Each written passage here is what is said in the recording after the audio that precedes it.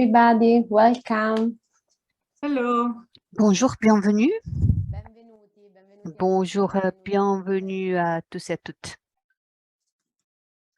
Ok.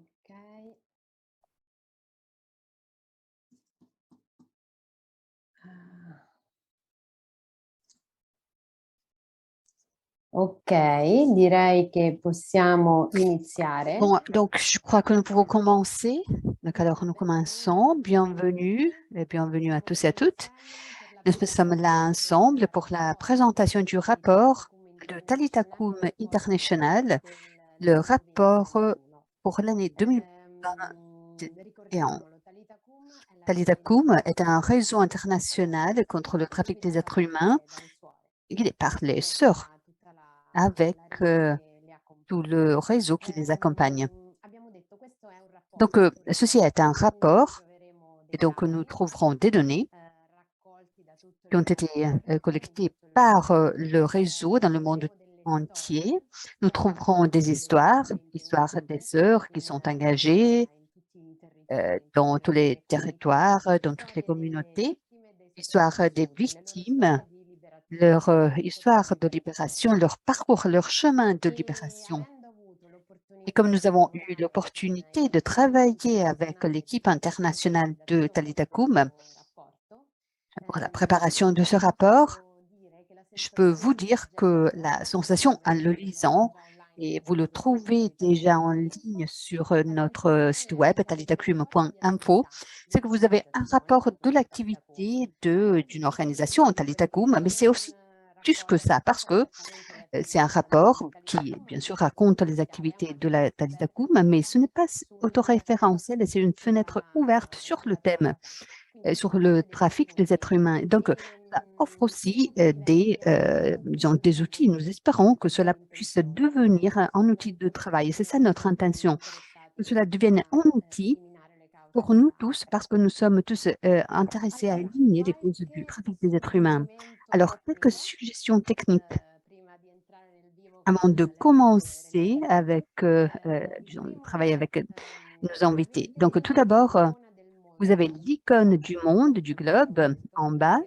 Vous le trouvez dans l'interface. Cette icône vous permet de choisir la langue avec laquelle vous pouvez écouter. Donc, vous pouvez choisir votre langue.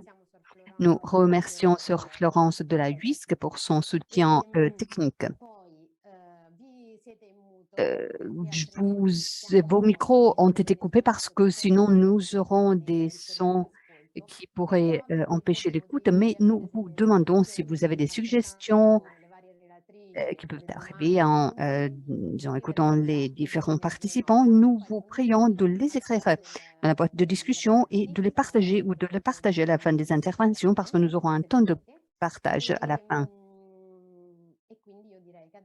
Donc, je crois que nous pouvons commencer. Donc, tout d'abord, je vais vous présenter les voix que nous allons écouter aujourd'hui. Donc, nous aurons Sœur Marie-John de la UISC, puis nous aurons Sœur Gabriella Bottani, qui est la coordinatrice de Thalita Koum International, Sœur Mayra Cuillard, qui est de l'équipe de Thalita Koum International et qui a coordonné la recherche, qui est une partie très importante de notre rapport, Matréan Paparella, encore là de l'équipe de Thalita Koum International, Sœur Abi Avellino, Thalita Koum Asie et de l'équipe internationale, et Lucia Capuzzi, qui est une journaliste du quotidien Avvenire. Donc, moi, je suis Alessandra Tarquini et je travaille avec le Global Solidarity Fund dans l'équipe de communication. Et le Global Solidarity Fund est l'un des partenaires de Thalita Koum. Donc, commençons. Et je passe tout de suite la parole à Sœur Mary-John, qui va nous donner une introduction de la partie de la UISC, l'Union internationale des supérieurs générales.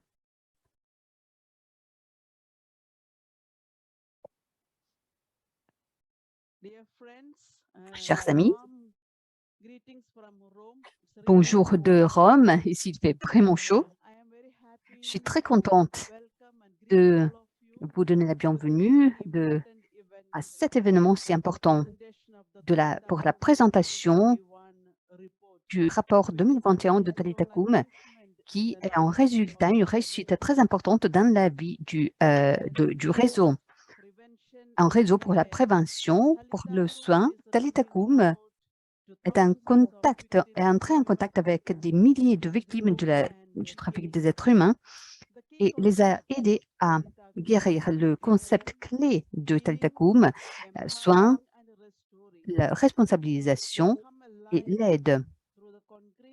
Et cela est devenu une réalité grâce aux expériences de nombre de femmes et de jeunes filles qui ont été touchées par cette réalité. Le contenu de ce rapport nous donne beaucoup d'encouragement à nous tous. Le rapport du 2021 est le résultat du travail de nombreux de mains. En effet, il est très général, très bien structuré et il a été créé d'une façon professionnelle. Si vous l'avez déjà lu, le rapport collecte des données et cela montre des situations régionales et nationales.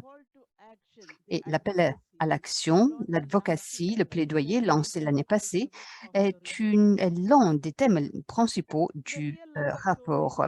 L'histoire de vie réelle ajoute une dimension émotionnelle au rapport.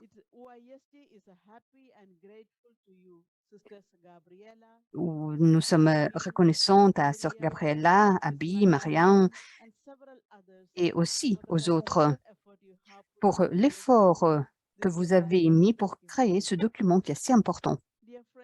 Chers amis, le rapport est très bien fait, mais nous ne devons pas nous arrêter là. Nous devons essayer de trouver de nouvelles stratégies pour rendre vivant et rendre productif ce rapport. Nous devons explorer de nouvelles façons pour comprendre comment ce rapport peut atteindre les gouvernements, les organisations non gouvernatives, les hommes politiques, les institutions éducationnelles, les communautés paroissiales, les mouvements de la société civile. Talitha Kum est un réseau très important et nous vous remercions pour vous être joints à ce réseau. Donc, merci pour être là. Merci.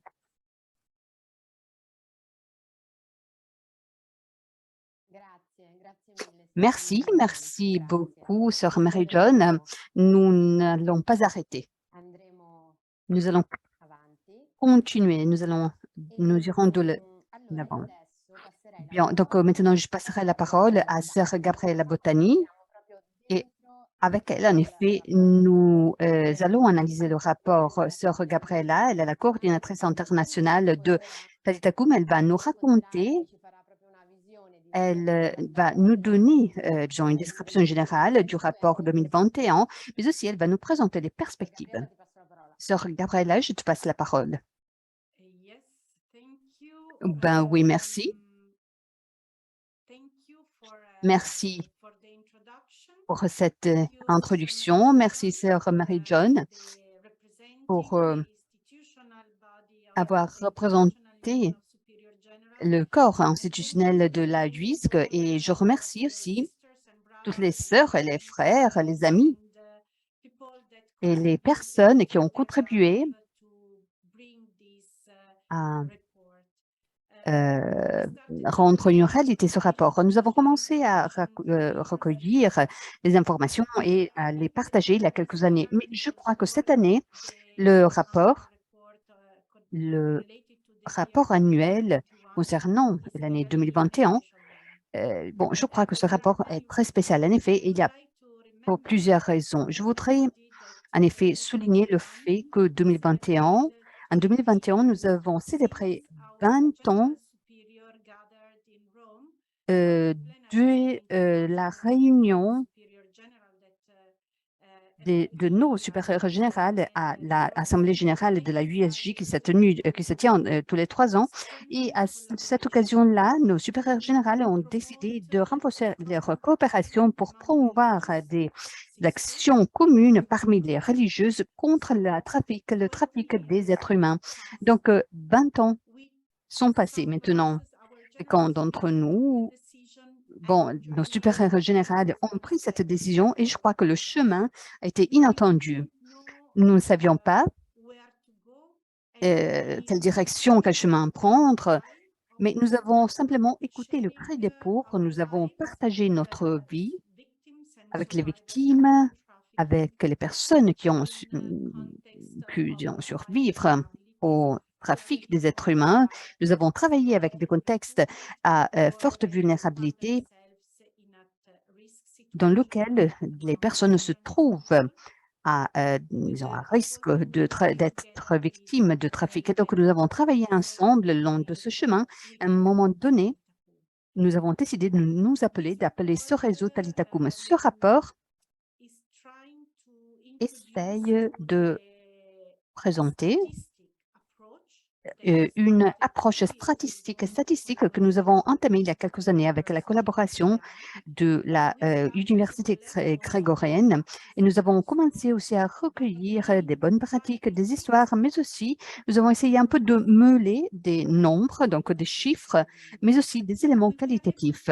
Nous avons pu faire cela, mais nous n'avons pas pu insérer toutes ces informations dans nos rapports, d'insérer toutes ces informations que nous obtenions dans ce rapport. Et donc, tout d'abord, le premier élément, c'est que ce rapport montre notre capacité de partage, notre capacité d'écoute commune de la réalité.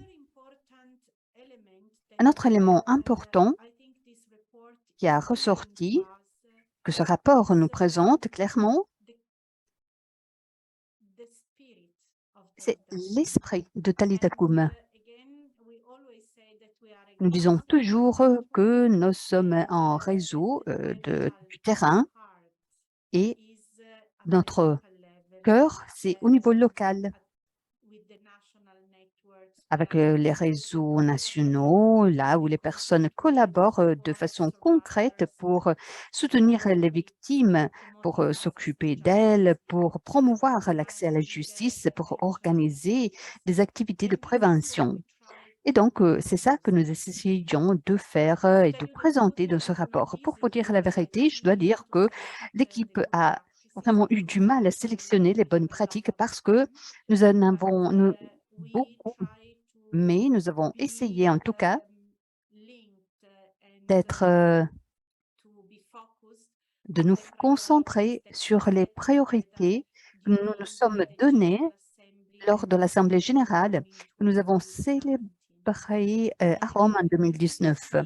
Donc, si vous voyez le rapport, et si vous ne l'avez pas encore lu, je vous prie de le lire après cette rencontre. Donc, nous avons collecté les informations, nous partageons les informations concernant l'année 2021 et le résultat de cette année sont étroitement connectés avec notre Assemblée générale de 2019. En fait, je crois que nous nous souvenons qu'au mois de septembre, quand nous avons commencé à avancer, le COVID est arrivé et nous avons été forcés de nous arriver. Nous avons été obligés de nous arrêter. Donc, nous avons pris un temps pour réfléchir, pour identifier de nouvelles approches dans disons, l'approche à la traite des êtres humains, mais aussi nous avons essayé de comprendre comment mieux soutenir les victimes et comment mieux organiser notre réseau. Voilà donc les résultats, si vous me permettez de les appeler comme ça, les résultats que nous avons essayé de collecter. Ceux-là, disons, les résultats, nous les avons vus en 2021. Et donc, ce rapport nous donne, disons, une idée générale de comment les réseaux de Talitakum dans le monde entier, bien sûr, nous avons un peu essayé de synthétiser tout cela aussi grâce au travail du comité de coordination internationale, mais nous avons pu en fait nous donner les buts principaux.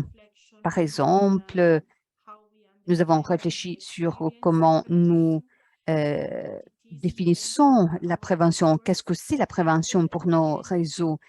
Et là encore, l'outil principal que nous avons utilisé, ce sont toutes les informations que nous avons collectées grâce à votre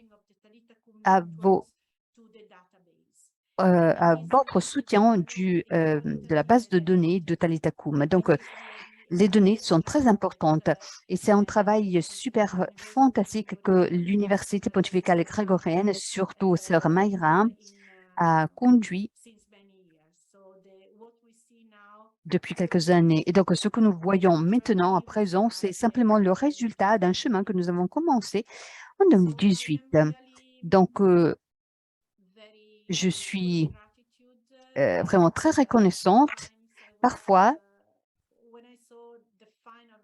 quand j'ai vu le rapport final, j'étais vraiment surprise et j'ai dit, oui, ça c'est vraiment le cœur de Talitakum, ça c'est notre devoir, ce que nous devons faire quand nous sommes avec les autres, pas seulement parmi nous, les sœurs, mais nous sommes en réseau avec nombre d'autres organisations qui partagent avec nous la passion pour un monde, pour une société qui soit libérée du trafic des êtres humains et de toute forme d'exploitation. Et donc, je vous remercie. Je remercie beaucoup toutes les personnes qui ont collaboré avec nous.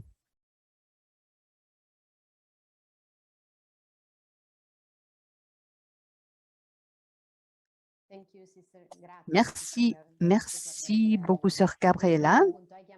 Donc, tu as en effet fait allusion à Sœur Mayra et nous allons passer la parole justement à elle parce qu'une partie importante de ce rapport, disons des clés de lecture, pas toutes, mais certaines clés de lecture nous sont proposées par les données collectées par Sœur Mayra qui a coordonné avec le professeur Peter La de l'Université pontificale grégorienne, département de sciences sociales, qui a coordonné la recherche. Donc, Sœur Mayra, peux-tu nous dire comment vous avez travaillé, aussi nous donner des données en général? Merci. Merci beaucoup, Alessandra. Merci à tous pour être là. Pour Talitakum International, donc, je suis toujours très contente d'être là pour collaborer, d'avoir pu collaborer à ce type de travail. Et nous avons fait beaucoup de travail et nous avons parlé beaucoup de prévention du trafic des êtres humains. Nos données qualitatives et quantitatives, vous pourrez le retrouver, le repérer dans le rapport, surtout dans la section données globales, chiffres globaux. Et ces données ont été collectées entre janvier jusqu'au mois de mars 2022 grâce à la base de données de Talitakum et ces données correspondent aux activités, aux informations du réseau en 2021. Le rapport repose sur ces données, sur les données de 52 réseaux qui représentent 94% des réseaux qui font partie de Talitakum. Donc, je vais vous présenter des données en général. Voilà.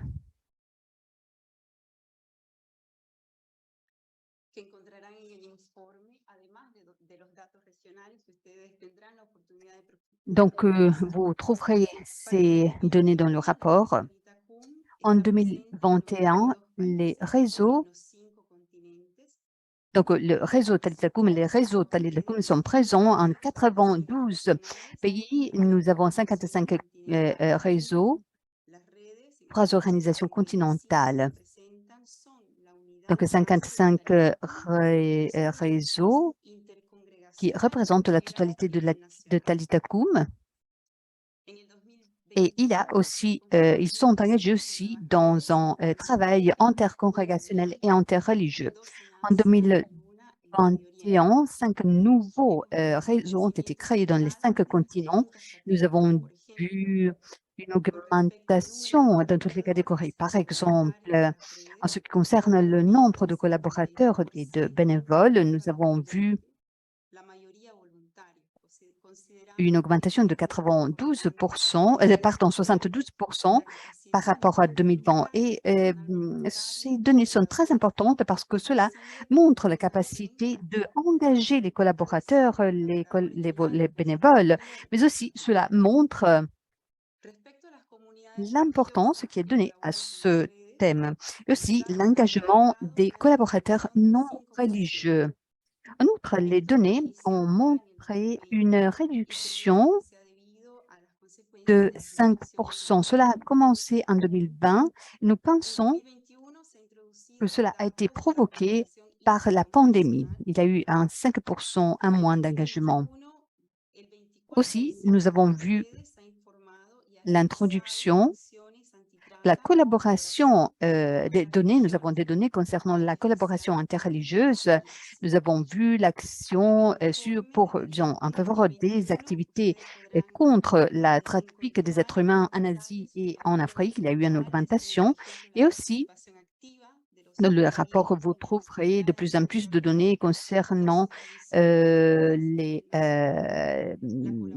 prévention, par exemple. Vous verrez quels sont les nombres des membres actifs, quel est le type de collaboration au niveau local, etc. Et donc, vous pouvez repérer tout cela dans les activités. En ce qui concerne les activités de Talitacum, nous avons collecté des informations pour par exemple, thèmes tels que l'accès à la justice, le travail, plus de 336 000 personnes ont été aidées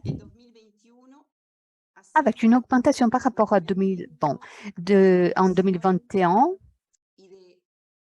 avec les confinements, les restrictions, nous avons vu qu'il y a eu une augmentation de la vulnérabilité et les actions de Talitacum sont continuées et nous nous sommes adaptés à la réalité et aux nécessités des personnes.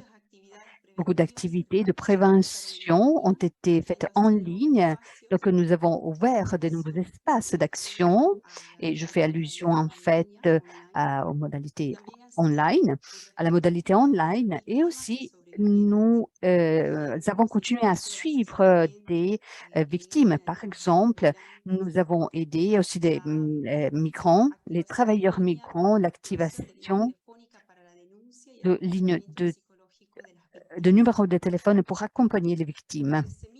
Aussi, pendant la pandémie, plus de 13 000 victimes du trafic ont été accompagnées. Il y a une réduction de 18% par rapport à 2020 et nous pensons que cela est dû au confinement de la pandémie, à la pandémie. En fait, nombre de services résidentiels surtout ont été touchés par la pandémie. Des données qui ont grandi énormément en 2021 sont les personnes qui ont eu accès à la justice. Il y a eu une augmentation de 82% par rapport à 2020. Cela montre une augmentation qualitative très importante pour le réseau. Et dans le rapport de Talitacum, vous allez trouver toutes les activités du réseau dans chaque domaine d'action, mais aussi les bonnes pratiques. Donc, nous vous invitons à approfondir davantage notre rapport. Merci.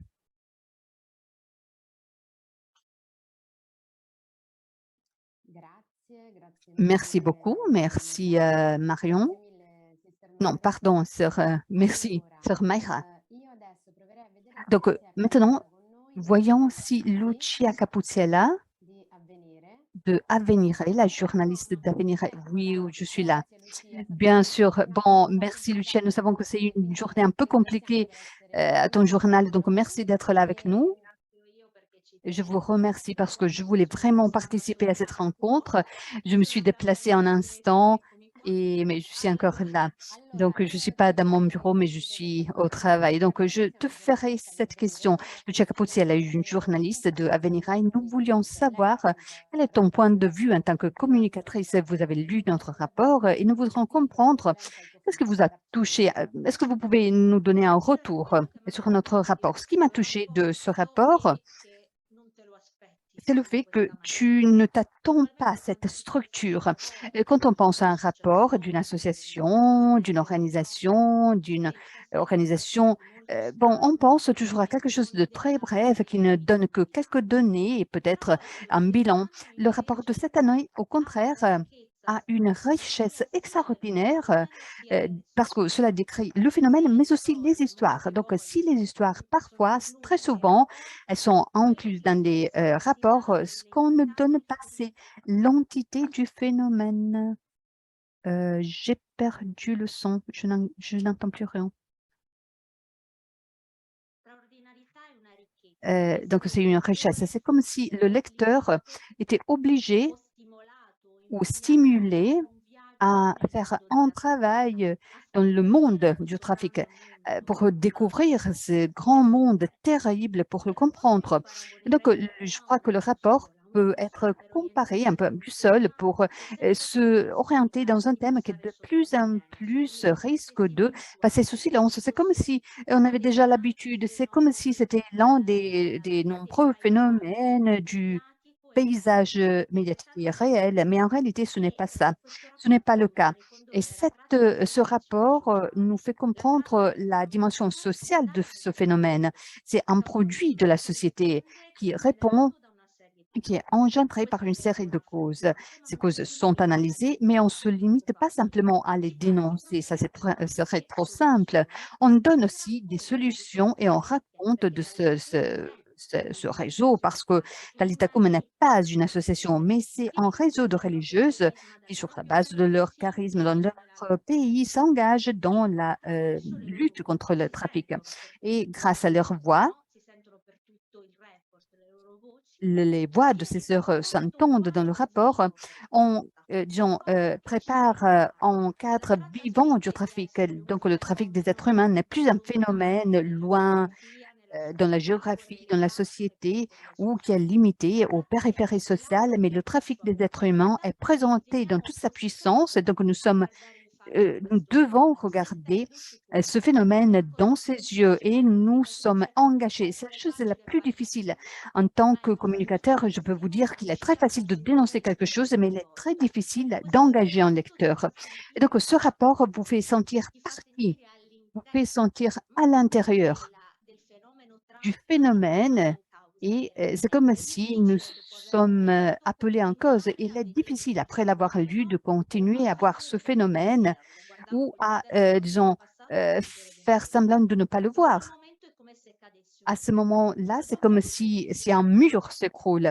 Et donc, je crois qu'il est important qu'un rapport similaire soit diffusé aujourd'hui, surtout maintenant que le Covid a rendu le trafic encore plus fort, encore plus, disons, dur, puissant. Et donc, vous devez continuer aussi à l'avenir de cette façon et continuer aussi à faire sentir que le trafic est un phénomène humain, social, et en tant que tel, il peut être détruit seulement, il peut être détruit par les personnes, des personnes comme vous, mais aussi par beaucoup d'autres personnes qui se sentent appelées à disons, s'engager dans cette bataille. Merci, merci Lucia, merci pour ton analyse. Tu en effet as souligné certains éléments très importants. Je sais que tu dois rentrer au boulot, je sais que tu es en train de suivre d'autres situations, donc merci pour ta présence.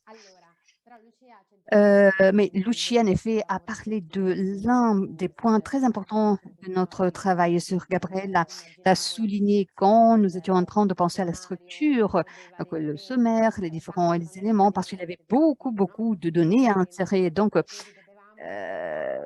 nous disions dans la simplicité, mais aussi dans la complexité que Thalita Koum a, parce qu'il y a de nombreuses personnes qui travaillent à Thalita Koum, et donc il était très difficile de collecter toutes ces données.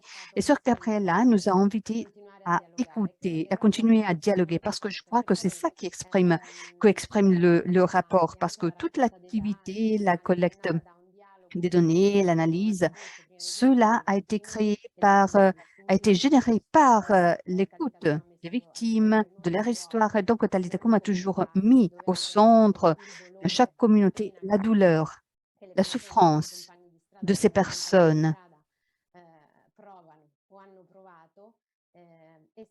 Et donc, Talitha Kum a écouté aussi les communautés là où nous travaillons et nous avons prévu des possibilités de travail commun. Donc, j'espère. Ensuite, bon, vous allez lire le rapport. Donc, vous verrez ici, vous trouverez aussi cette sensibilité, cette dimension qui a été décrite. Maintenant, je voudrais passer la parole à Sœur Ebi, qui est Talitha Kum Asie et Talitha Kum International et coordination internationale. Et en effet, nous allons demander à Sœur Ebi de nous raconter l'avenir. Parce que déjà, dans ce rapport, l'avenir est déjà là parce que dans chaque rapport, Talitha Kum raconte le passé, mais comme il y a un plan de long terme, Talitha Kum raconte aussi le présent, mais aussi l'avenir. Et donc, Sœur Abi, je te prie de nous dire quel est notre chemin, où nous voulons nous diriger à partir de 2021 et aussi, nous voulions souligner quelles sont les activités de formation qui sont très, très importantes pour nous ici à Talitha Kum. Et si la call to action, et Sœur Abi va nous décrire ce que c'est.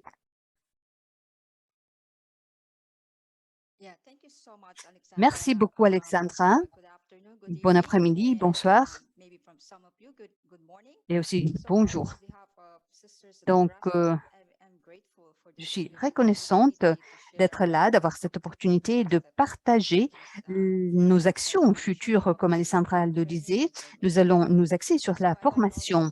Et donc, je voudrais aussi saisir cette opportunité pour remercier toutes les sœurs du monde entier pour leur contribution à ce rapport. Et aussi, je remercie Sœur Mera et son équipe.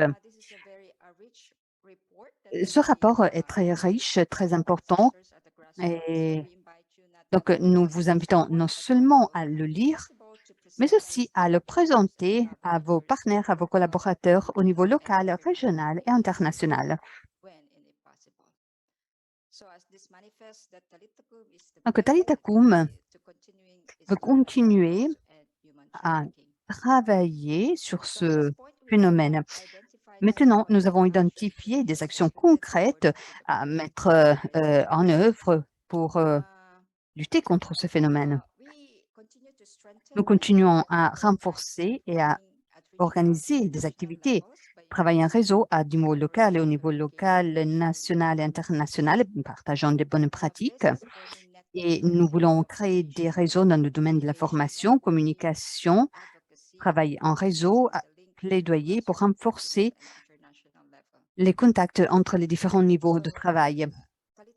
Donc, Talitha Kum continue la formation de nouveaux leaders de Talitha Kum. Le programme d'une année est en train de se déployer. Nous voyons qu'il y a la participation d'hommes et de femmes qui proviennent de 22 pays et maintenant nous avons 32 participants au cours qui est en cours. Et nous avons aussi produit des outils de formation en ligne et nous continuons à organiser organiser les communautés au niveau de base. Surtout, nous organisons des communautés pour les femmes vulnérables. Et en faisant cela, les sœurs qui travaillent au niveau de base continuent à s'engager dans le domaine de la prévention. Elles font des activités d'information, de prévention et d'éducation. Et de cette façon, elles responsabilisent les leaders communautaires qui peuvent identifier des possibles cas. En tout, nous créons des réseaux qui puissent donc être importants pour la prévention. Et nous encourageons la formation des formateurs et nous donnons des opportunités aux participants à ce cours de se responsabiliser. Dans le domaine du plaidoyer, la Call to Action de Talitha Kum a été lancée au mois de novembre dernier. Je crois que nombre d'entre vous ont participé à cet événement-là. Et donc, c'est un document qui est adressé aux leaders religieux, aux sœurs, aux différentes traditions religieuses, à toutes les personnes, toutes les parties prenantes concernées. Et donc, avec cette call to action, nous voulons renforcer nos réseaux parce que nous voulons travailler ensemble et donc nous voulons collaborer avec les ONG, les agences nationales, internationales et aussi d'autres organisations religieuses. Donc, voulons traduire la call to action dans les langues locales parce que nous voulons que cela puisse devenir un document de travail au niveau local, au niveau de base. Et nous allons rendre, disons, le langage de la call to action le plus simple possible. Donc, nous voulons travailler, continuer cet engagement avec les victimes. Nous voulons les soutenir dans leur processus de guérison afin qu'elles puissent prendre des décisions, disons, pour leur avenir et elles puissent vivre une vie meilleure. Et donc, ça, c'est une partie très importante de notre travail avec les victimes. En outre, nous avons identifié un autre plan concret pour la campagne du 30 juillet, qui est la Journée mondiale contre le trafic des êtres humains.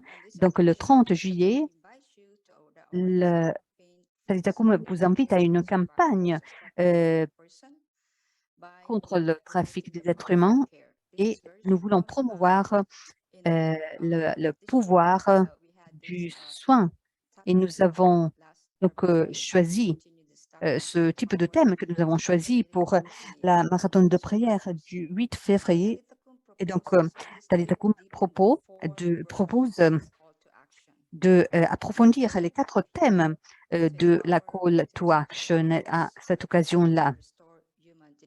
Donc, pour aider les victimes et en leur donnant accès à la justice. Donc, le 30 juillet, nous allons partager des témoignages, des actions, parce que nous voulons aider les victimes. Et cela sera fait par les sœurs, par les collaborateurs au niveau international. Donc, sœur Mayra a aussi parlé du chemin de libération. C'est un chemin de libération qui peut nous transformer et qui peut changer la façon dont nous agissons et qui peut nous aider à responsabiliser les victimes. Et le 30 juillet aussi, nous allons lancer une exhibition. Donc voilà des actions concrètes que nous allons prendre pour l'avenir, surtout pour cette année. Donc merci pour l'écoute. L'interprète s'excuse, mais le son n'était pas bon. Merci beaucoup, sœur Ebi. Bon, maintenant, je passerai la parole à Marion Paparella de l'équipe de Talit Akoum International qui va nous faire connaître une autre partie du rapport. En effet, nous sommes en train de faire un chemin qui va nous faire connaître un peu le rapport. En effet, nous avons compris en le structurant que nous avions besoin aussi de présenter des activités qui ont été réalisées en 2021. Nous en avons identifié 3, la call to action dont Sœur Abby nous a parlé. Nous avons les jeunes ambassadeurs. Ça, c'est l'une des autres initiatives que nous avons lancées et les jeunes ambassadeurs contre le trafic des êtres humains, et aussi la journée internationale de prière réflexion contre le trafic des êtres humains. Marion est en train de suivre de près avec l'équipe de Talit Akoum International le travail des jeunes et le travail qui va nous mener à la prochaine journée internationale de prière. Donc, à vous la parole. Merci Alessandra. Et bonjour à tous et à toutes qui êtes connectés avec nous aujourd'hui. Merci d'être là. Effectivement, je pense que tout le monde nous l'a partagé aujourd'hui, que l'idée de ce rapport, c'est vraiment de mettre en lumière tout ce qui se passe sur le terrain, tout ce que les sœurs religieuses font, toutes les actions qu'elles entreprennent contre la traite des personnes. Et c'est pour cela que, au sein du rapport, on a aussi souhaité inclure des histoires de survivantes, notamment Myriam au Burkina Faso et Lakshmi en Inde, ainsi que des témoignages de sœurs, la sœur Ilse par exemple en Colombie. Et nous avons également inclus des données qui ont été récupérés par Sœur Mayra et son équipe, de bonnes pratiques qui nous ont été partagées par tous les réseaux à travers le monde. Et effectivement, dans ce rapport, vous trouverez également 3 événements spéciaux. Le premier, c'est la Journée internationale de prière et de réflexion contre la traite des êtres humains. La 7e édition s'est passée le 8 février 2021. Et le thème était une économie sans traite. Et c'était une édition spéciale parce que pour la première fois, Talitha Koum, ainsi que l'UISG et l'USG, et tous les partenaires de Talitha Koum qui co-organisent cette journée, ont décidé de lancer pour la première fois un marathon en ligne de prière, ce qui a permis à encore plus de personnes de se joindre par la prière en ce jour de Sainte Bakita. Et ce qui nous a, et comme le dit Père François à l'occasion de cette journée, de cette 7e édition, il dit « La prière touche notre cœur et nous pousse à prendre des actions concrètes et innovantes. » Donc, à travers cette nouvelle modalité en ligne, de pouvoir toucher les personnes d'une nouvelle manière, ça signifie aussi avoir plus d'actions contre la traite. Le deuxième événement, et Sœur Abby et Alessandra en ont déjà parlé, c'est donc l'appel à l'action Talitha Koum, qui encourage toute personne de bonne volonté et de manière particulière les gouvernements à répondre aux causes profondes de la traite des êtres humains pour pouvoir transformer notre système et notre économie. Et enfin, last but not least, comme on dit en anglais, la dernière initiative qu'on a souhaité vous partager, c'est celle des jeunes ambassadeurs de Talitha Koum contre la traite des êtres humains, qui est un périple qui a commencé en Jordanie en 2018, mais qui a pris un nouveau tournant en Asie à partir de septembre et octobre 2021, parce que des membres des réseaux sur le continent asiatique ont identifié, ont formé et ont accompagné des jeunes ambassadeurs, 26 pour commencer. Ils les ont mis en capacité pour qu'ils puissent être des vrais protagonistes dans la lutte contre la traite des êtres humains, en particulier dans les activités de prévention, que ce soit à travers les paroisses ou à travers des groupes, à travers les écoles, à travers des groupes de jeunes, etc. Parce que les jeunes sont les meilleures personnes pour pouvoir ensuite aller sensibiliser leurs pairs. Et cette initiative nous a beaucoup inspiré, nous, au niveau de l'équipe internationale Talitha Koum, ainsi que d'autres réseaux dans d'autres continents. Et c'est pourquoi nous avons décidé de lancer, il n'y a pas très longtemps, il y a quelques semaines, un groupe de coordination qui est constitué de jeunes représentatifs, de représentants jeunes, pardon, qui vont pouvoir accompagner l'organisation de la prochaine journée mondiale de prière et de réflexion contre la traite qui se passera donc en février, le 8 février 2023. Voilà, donc on sera ravis de vous partager plus de nouvelles sur le sujet. Merci beaucoup.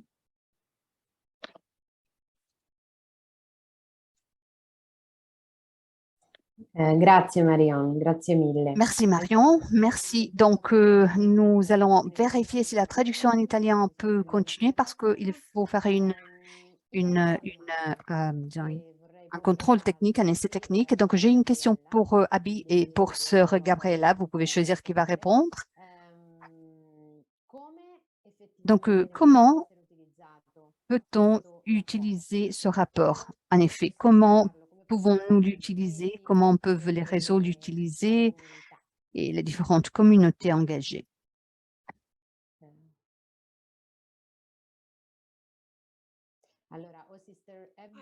Donc, Sœur Abby,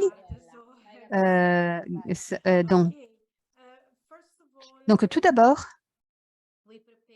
nous avons préparé d'une façon très simple en liant, et vous pouvez l'utiliser sur le réseau de votre,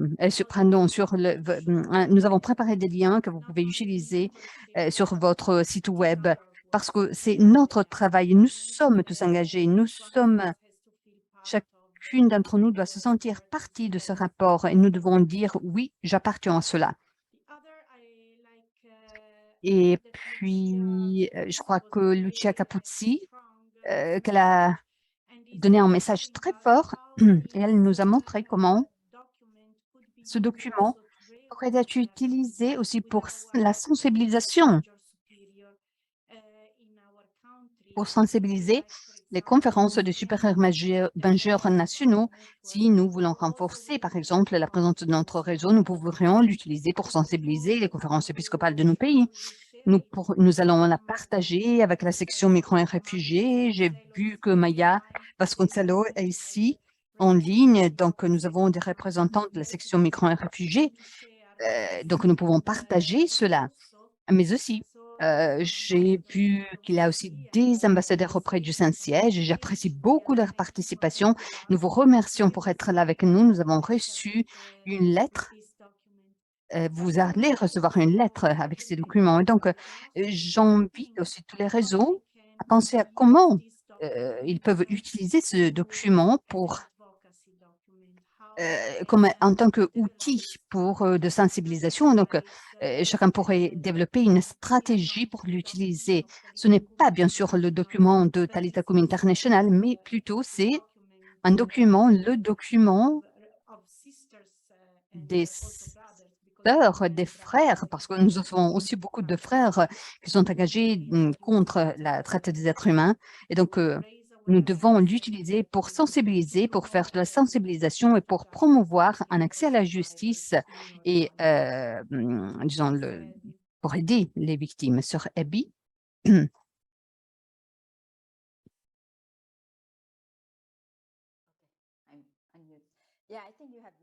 Oui, je crois que Sœur Gabriela, tu as déjà tout dit.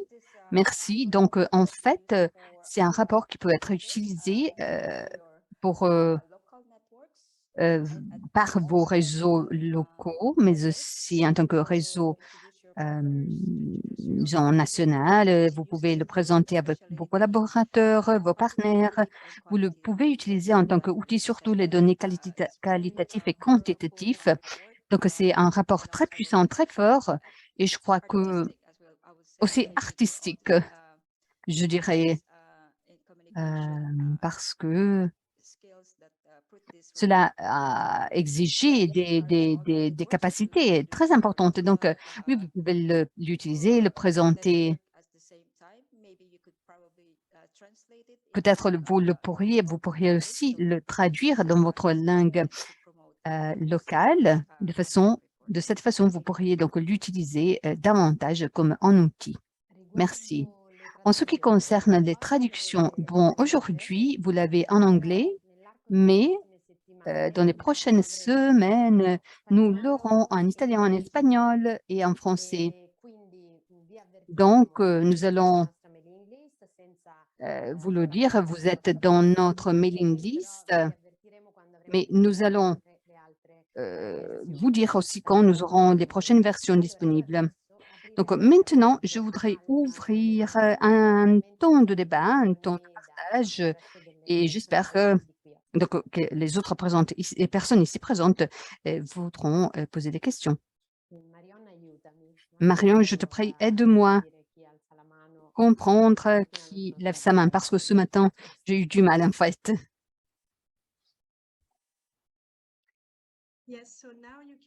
Oui, d'accord. Maintenant, vous pouvez ouvrir vos micros, donc sentez-vous libre de poser des questions, ou bien vous pouvez aussi poser des questions dans la boîte de discussion. Merci.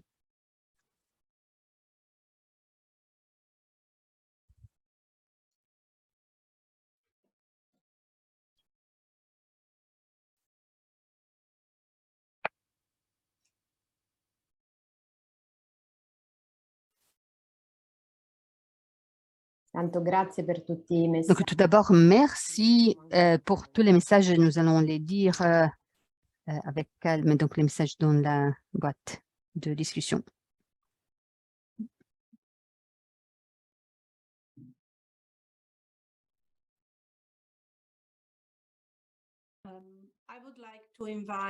Donc, je voudrais inviter Donc, comme nous attendons les questions, j'ai vu qu'il y a beaucoup de membres du comité international qui sont en ligne. Donc, si vous avez des questions, si vous voulez dire quelque chose, sœur Anne, sœur Carmen, je vois que vous êtes là. Ce matin, nous avions Colline et Maria-Louisa.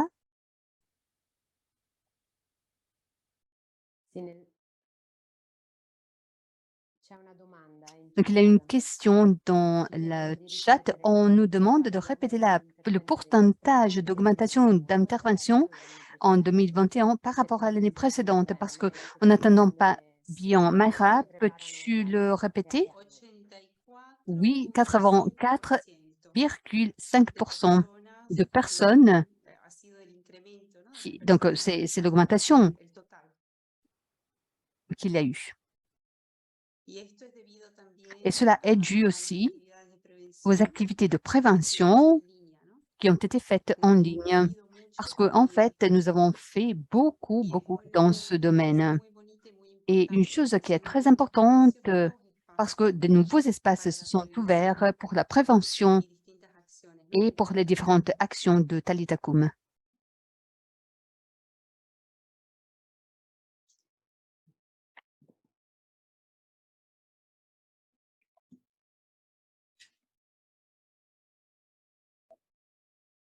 Es importante también considerar que esto es una aproximación, ¿no? Donc, clairement, il ne s'agit qu'une approximation parce que ces données, ce ne sont qu'une idée générale qui nous aide à nous approcher de la réalité, en fait, mais ce n'est que, disons, une approximation.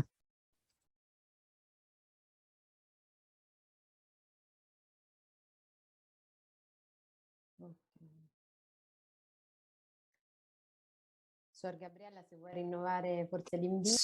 Gabriella, peut-être tu veux renouveler ton invitation et puis peut-être nous pouvons passer à la conclusion, je ne sais pas.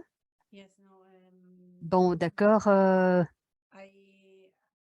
J'ai vu Sœur Carmen Ugarte qui était là en ligne. Je voudrais l'inviter et aussi Sœur Anne Ostreich de l'Amérique du Nord.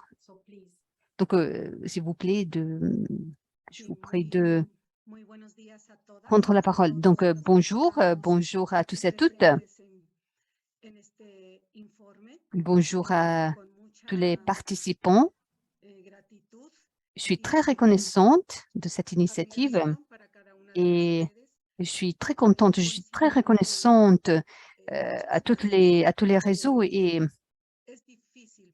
parfois, il est difficile de comprendre toute la richesse, tout ce qu'on fait en très peu de temps et de résumer tout ce qu'on fait en quelques lignes.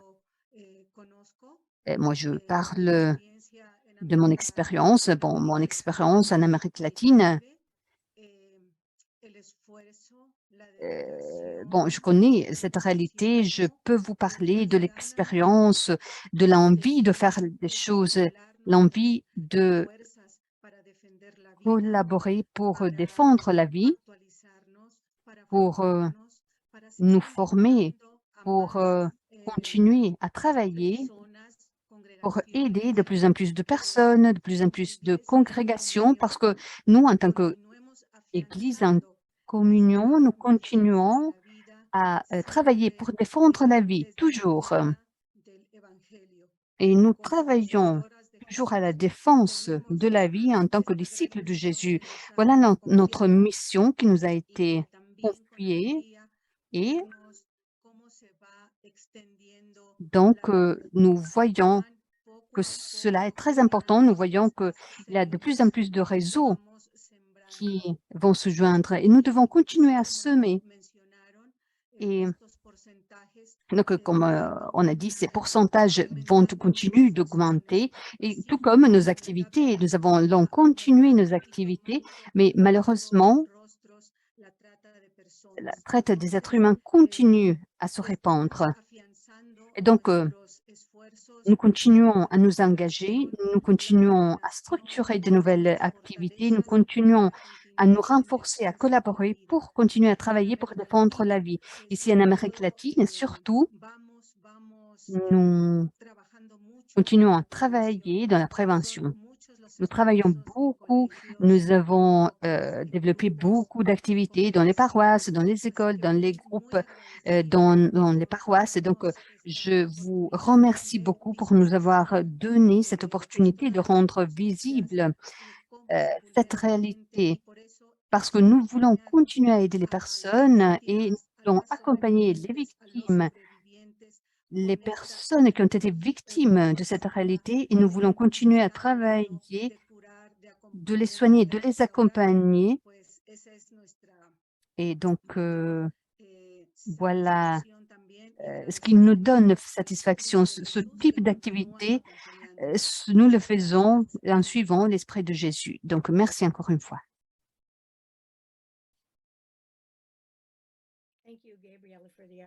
Merci, Gabriela, pour l'opportunité que tu m'as donnée de dire bonjour de l'Amérique du Nord. Merci pour m'avoir donné cette opportunité. Nos réseaux sont très importants. En effet, nos réseaux doivent collaborer. Et nous avons aussi l'opportunité de partager des informations. De cette façon, nous pouvons savoir ce que les frères, les sœurs, les prêtres, les laïcs, ils sont tous engagés dans ce travail de prévention de la traite des êtres humains et ce travail qui peut soutenir les victimes. Je voudrais parler de l'importance de victimes. Par exemple, dans l'Amérique du Nord, nous avons vu que si nous travaillons avec les victimes, et donc si nous engageons les victimes, plus notre travail sera efficace. Donc, je voudrais remercier en particulier les personnes qui nous ont accompagné, les victimes qui nous ont accompagnés, qui ont, disons, amélioré le travail que nous sommes en train de faire. Nous voulons les soutenir et les engager dans notre travail pour mettre fin à ce crime terrible. Je suis toujours contente d'être là, de participer à ces rencontres. Nous sommes déjà rencontrés, je connais beaucoup de vous. Je connais beaucoup des réseaux ici en Amérique et au Canada, et je suis contente de continuer à travailler avec vous. Nous allons célébrer notre 15e anniversaire de Talitha Koum, et j'espère que d'ici 2 ans, nous aurons des rapports de plus en plus importants pour qu'ils puissent parler et célébrer le travail que nous avons organisé. Un travail que nous espérons sera de plus en plus efficace pour célébrer nos victoires, nos réussites. Donc, merci beaucoup. Surtout, je remercie notre leadership, Gabriela, Moira, Marianne, Mayra, pour tout le soutien que vous nous donnez. Merci.